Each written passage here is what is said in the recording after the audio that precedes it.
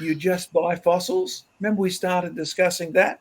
We grow fossils, living fossils. We grow plants with big thorns on because I showed you that thorn before. I found that thorn September 2009, and we found many since then. Look at those sharp spikes.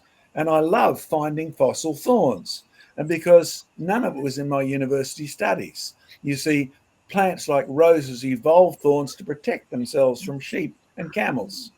Well, I'm sorry, I've grown roses, I've had sheep. The sheep take no notice of the thorns. The evolutionary story doesn't make any sense. There's me in the Ordovician rocks in Carthage, Tennessee, and there it is in the Tennessee geology from the side, Pennsylvania above, Cambrian below, Ordovician in the middle, all 8,000 feet, 2,500 meters of it. There we are. Oh, by the way, ex-Vice President Al Gore lives just around the corner from where this rock was exposed. And look what we found. Let's get a bit closer. You see, I was amazed when I began to notice that this rock had not just furry things to the outside, these were tough thorns. And I thought, I can't believe this.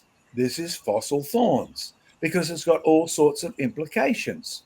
You blow it up even more, and they're very carbon strong, they're unbendable, they're thorns. I know that because you see, this specimen is also in my collection. It comes from the original oldest deposits up there in Canada, in Quebec. This is Sordonia. It's Devonian. But ours was Sordonia. Yes, you heard me right. I took it up to the professor, an expert. I said, what do you think this is? He said, Sordonia. And I said, it compares to this one in Canada. Yes, that's Sordonia. Which Devonian rock did you get it from? And I said, I didn't get it from a Devonian rock. This comes from Ordovician.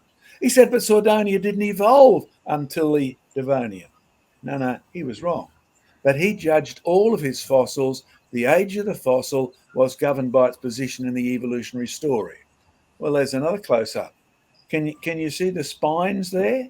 The thorns, the prickles? I use those three words because, you see, even though they're technically three different things, most people, when they touch a rose thorn, think of it as a thorn. It's really not. It's a prickle. Look at this. There's the original one, and here's ours. Oh, notice ours. Ours and the Devonian one are all lined up. Water has been running through here, mixing these land plant thorns with seashells. Yep, Joe will confirm it. We found it with crinoids and seashells in limestone, prickly land plants. It was a rapid current deposit. Now, as we've said on our program on the geologic column, you can find them, well, we found them all the way, but down to where? Well, we live above the top layer. This is the orthodox geological column. We found thorns in the Miocene. We found thorns right down the bottom. We found them in the Devonian. We found them in the Ordovician. See, our find comes from right down the bottom. So yes, we do buy fossils, but mostly we try to get out there and dig them up ourselves. Dinosaur rib cages, plesiosaur teeth, all sorts of titanosaur stuff. Yes, you heard me right. We've gone out and got them ourselves. But our find is the oldest one on the planet, grudgingly acknowledged, but not in print. You see, how could creationists find any decent fossils? Well, the reality is it was the creationists who found all the first fossils.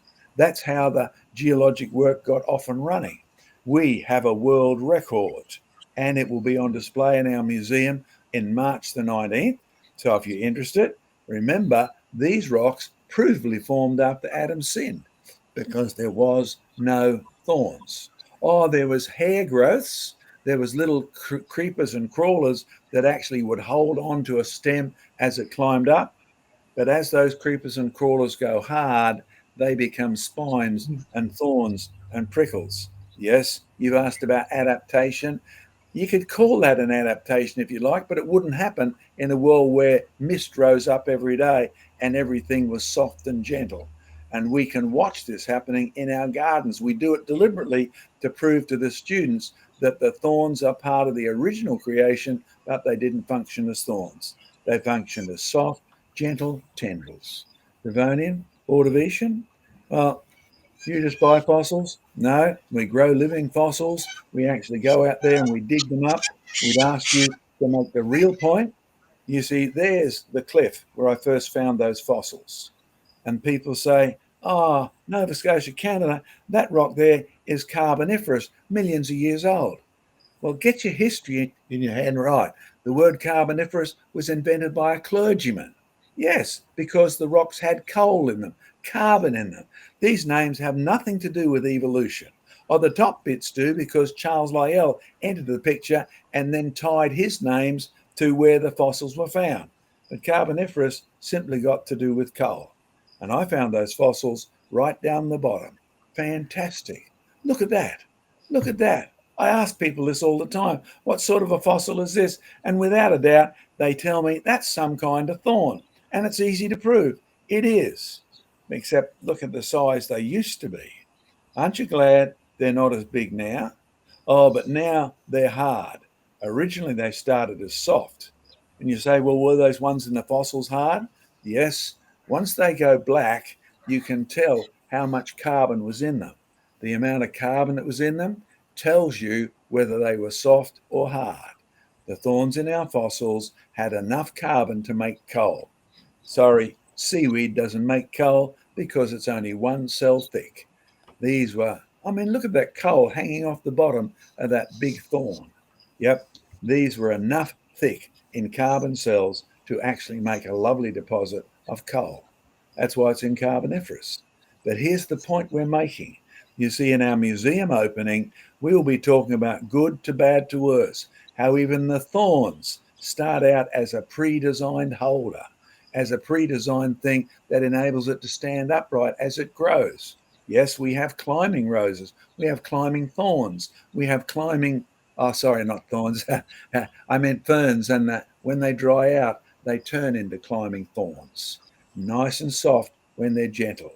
But in a world that's degenerating, it's not just the plants that are degenerating, it's not just the animals, the whole environment goes downhill, and their ability to survive that is what you and I call adaptation. If they don't have that ability built in, they bomb out, and many creatures have. Look, is that rock 300 million years old with that lovely coal layer over it? Well, I have to tell you this. My experience with geologists is they don't care how old that rock layer is there. You see, they use words like Pennsylvanian or Carboniferous, but what they really mean is 200 or 300 million years old. But look up the man who invented the word Carboniferous. He didn't even believe the world was millions of years old. The people who invented the term Pennsylvanian didn't believe in 300 millions or whatever. You'll find they don't care how old it is today. They only care how old it isn't. Because if I say the evidence here shows there were thorns, that meant this rock was formed after Adam sinned. You get that? You find thorns, the rock was formed after Adam sinned. So it's not just plants that have gone downhill. It's not just thorns that are suffering from drying out. It's our brain and our whole attitude, which has also gone downhill. Joe loves that verse. So do I. Beware of false science that will lead you astray. When you have a look at these fossil thorns, don't forget, you want to be wise enough to include what the Bible says. Adam and Eve did not live in a thorny world. They did live in a world where plants already had tendrils, which would sadly, after the fall, turn hard. It lived in a world where it had beautiful plants that had clingers. We've got a curse of a plant in my yard. It clings on to you. But eventually, I'll tell you what, the little clingers will dry up and the seed will drop off. Thorns and thistles. They wouldn't annoy you in the beginning. They do now. This rock formed after Adam sinned. Or is your brain and your worldview also gone so far downhill you can't see that? Because the whole purpose of creation research, there's me and Joe on a field trip just before COVID break open. And yes, we find all sorts of fossils. We dig them up. We put them in our museum. And part of our museum's role will be to remind people to watch out for false science. The false science that we get accused of, sorry, it's just them looking in a mirror about what they're leaving